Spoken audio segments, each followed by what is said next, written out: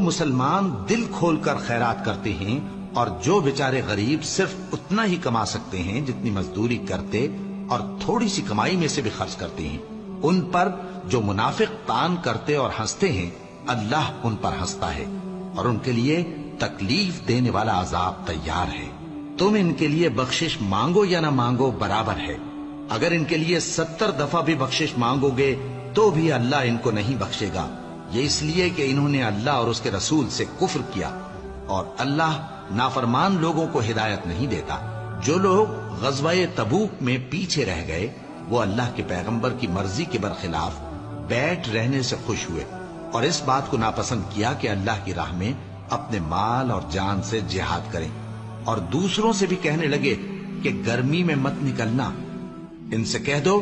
کہ دوزخ کی آگ اس سے کہیں زیادہ گرم ہے، کاش یہ اس بات کو سمجھتے۔